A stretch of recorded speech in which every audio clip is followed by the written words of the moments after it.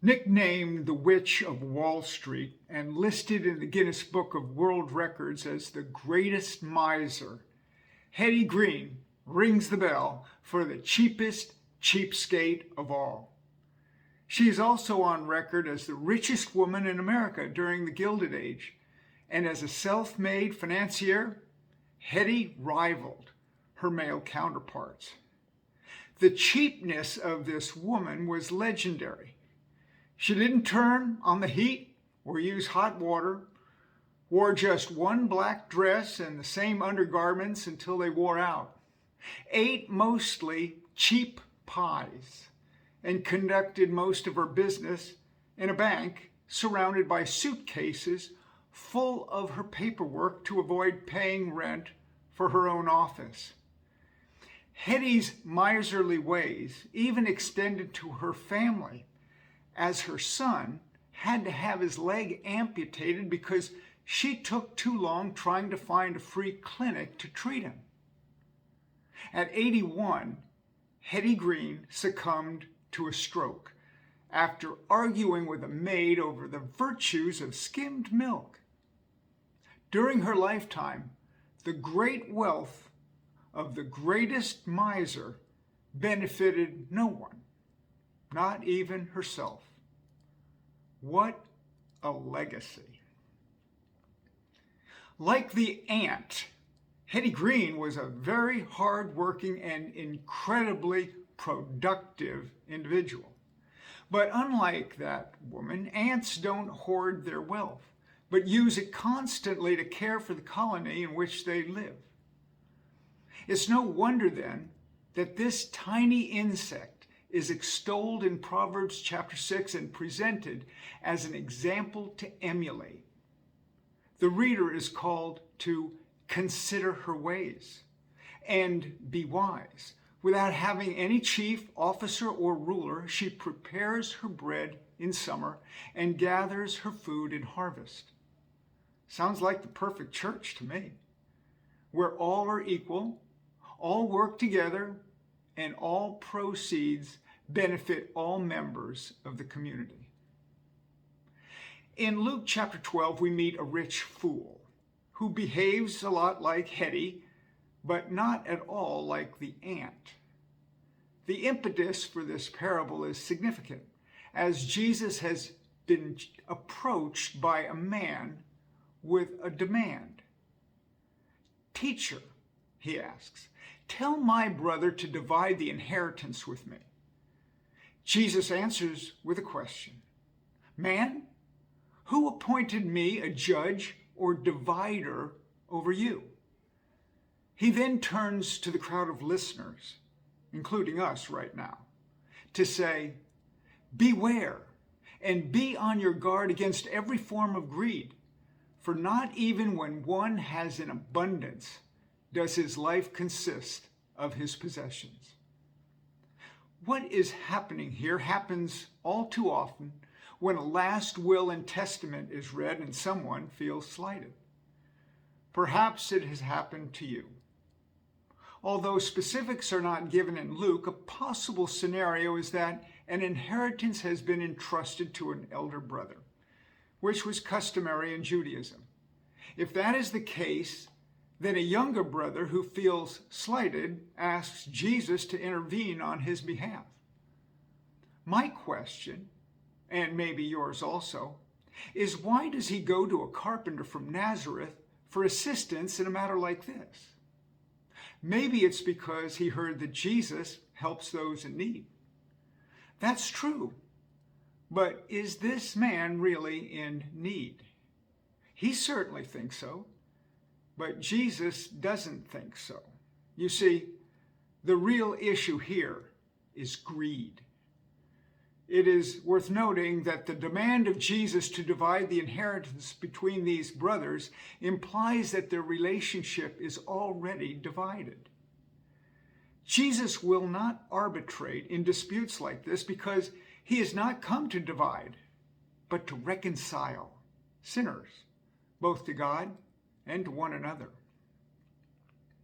After responding to the request of the man from the crowd, let's take a closer look at what Jesus says to the crowd at large, because it's what the parable that follows is all about. What Jesus told them then is what he's telling us now, which is to be watchful and vigilant against all forms of greed. This comes in the form of a double command that sounds like this: beware of greed and guard against greed. Did he have their attention then? We don't know. Does he have your attention now? Only you know. Jesus follows by giving the reason why we should beware and on guard. It's because real and truly meaningful life does not consist in the abundance of possessions. The Greek word for abundance means to have in excess or well beyond one's need. So this isn't about having possessions per se. It's about having too many. Do you have too many? The reality is that a greater abundance of goods does not lead to a more abundant life. Looking at the crowd that has just witnessed the brief exchange between a man and Jesus about an inheritance, the Lord presents a parable that opens with these words: the land of a certain rich man produced abundantly. Notice that the man in the story is already rich, so meeting his basic needs are of no concern to him. Perhaps meeting the needs of others are of no concern to him either, as may be implied as the parable unfolds. The fact that this rich farmer has a bumper crop is not to be criticized, but his response to this great blessing may be an issue. Let's see. He starts by thinking long and hard about what has happened, which is a good thing to do.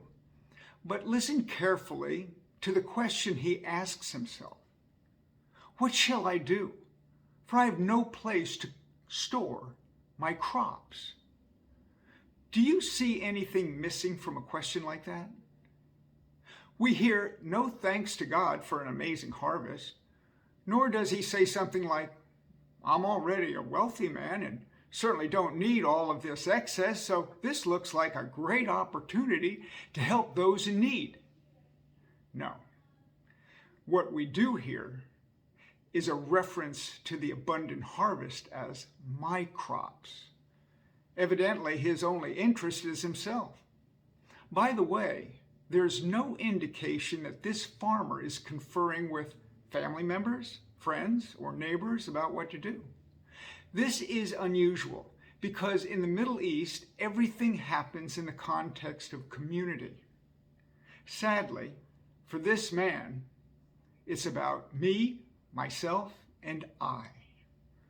Notice how often I and my appear in what follows after the farmer ponders what to do about his bumper crop.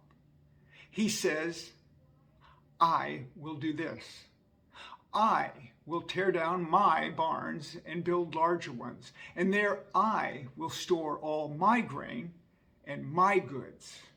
And I will say to my soul, soul, you have ample goods laid up for many years. Relax, eat, drink, be merry. Does that sound like the good life to you?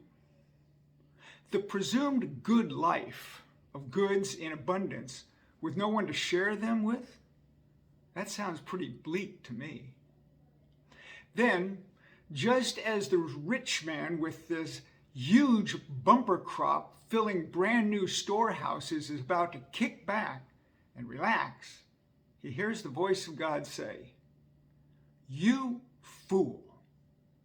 This night your soul is required of you, and the things you have prepared, whose will they be?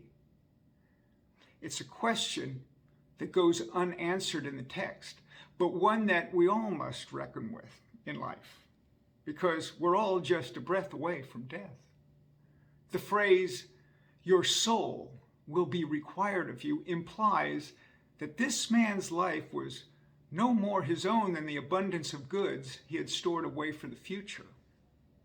Suddenly, the future has become the present for him.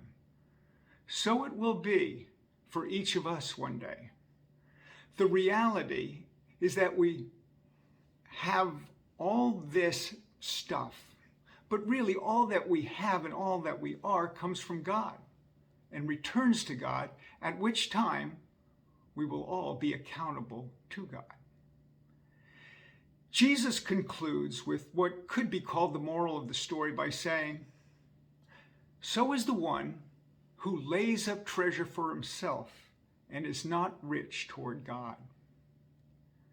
This statement begs the question we must all ask ourselves, which is, how can I best honor God with what belongs to him? As I reflect on this parable, it appears to me that the rich farmer is very much like the rich miser, Hattie Green, in that both are presented as entirely self-centered individuals with no apparent connections to their communities. They keep all they have for themselves, not sharing anything with anyone. Conversely, the hardworking ant keeps nothing for itself, but shares everything in the context of community. Is it any wonder, then, that the ant is commended in Scripture and the miser is condemned? With this parable and the examples of Hattie Green and the ant in view, let's ask the Lord how he would have us respond. Jesus said, "Do not lay up for yourselves treasures on earth, where moth and rust destroy and where thieves break in and steal, but lay up for yourselves treasures in heaven, where neither moth nor rust destroys and where thieves do not break in and steal. For where your treasure is, there your heart will be also." That's the answer. Here are 3 questions for your consideration. First, what do you have in storage that you need to either sell or give away? Second, what tangible treasures in your life have too much of a hold on your life? And third, in what ways would you like to become more generous with your money?